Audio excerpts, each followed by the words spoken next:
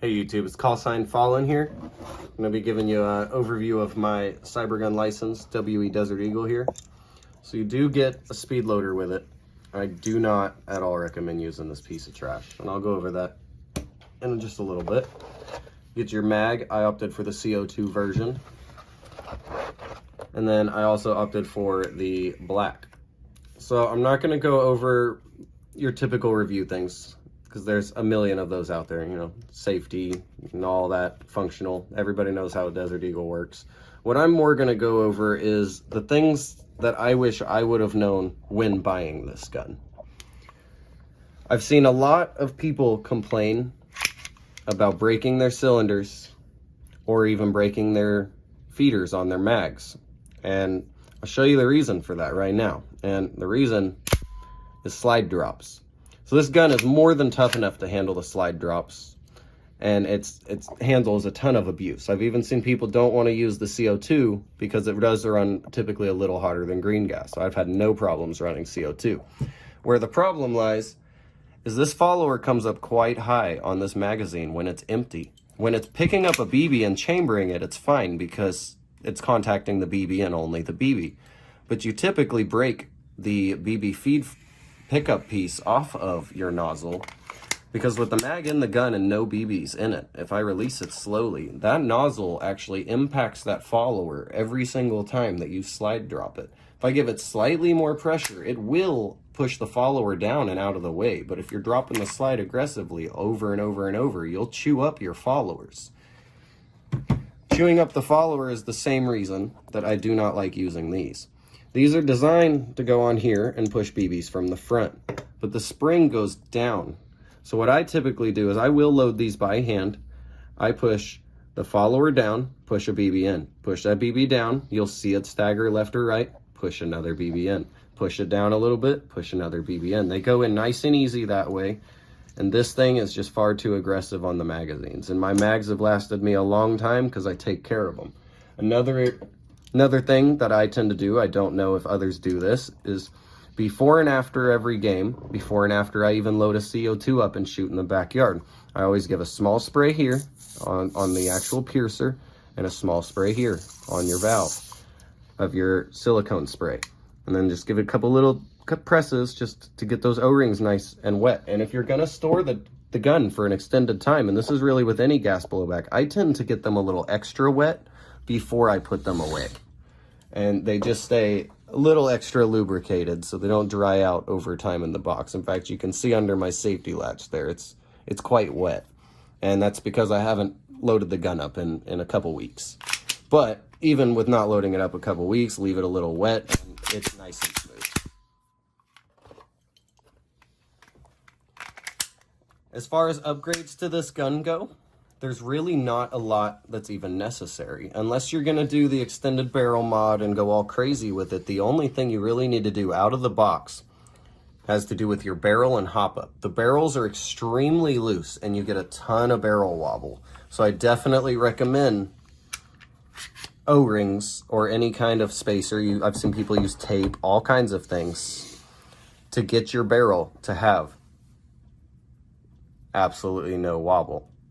I've even put a small piece of tape, which I'll show you shortly, just to the side of my hop-up unit to take away any slack from the back, and I've got an extra O-ring pushed around the front of my barrel, which once again I'll get to in the next part of the video.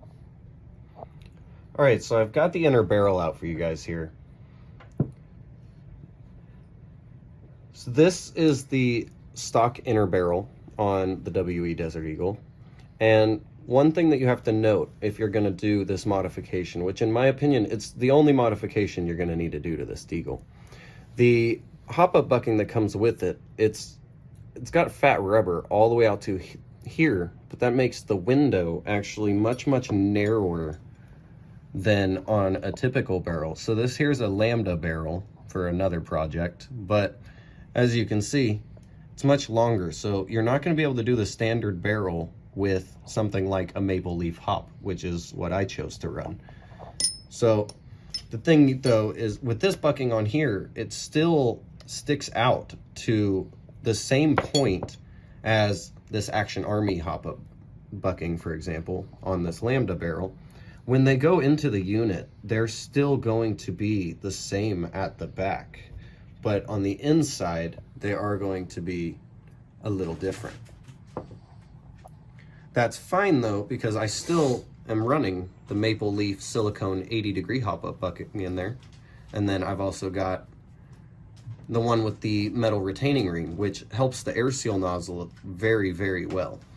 I've also put a small O-ring here, which to be honest probably does nothing. And I've got O-rings up here. I've gotten a small piece of aluminum tape that I put right here, and that takes up the gap at the back of the barrel.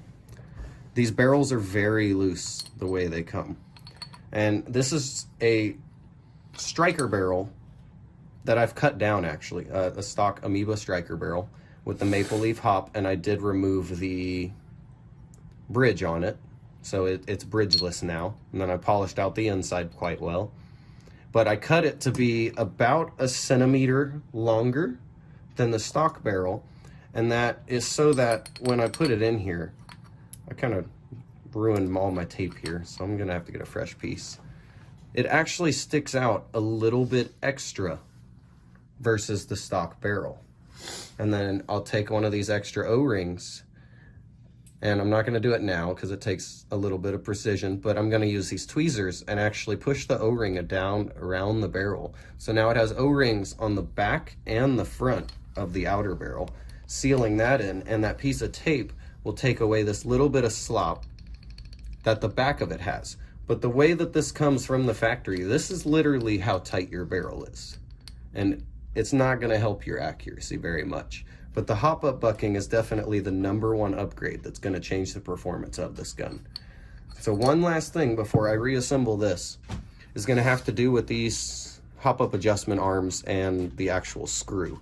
It's a very, very small Allen key, and these steel screws have a bad habit of eating into the hop-up arm. I've seen people round off the end, and that does help, but see, I have also rounded off the end, and it still tends to bite a little bit.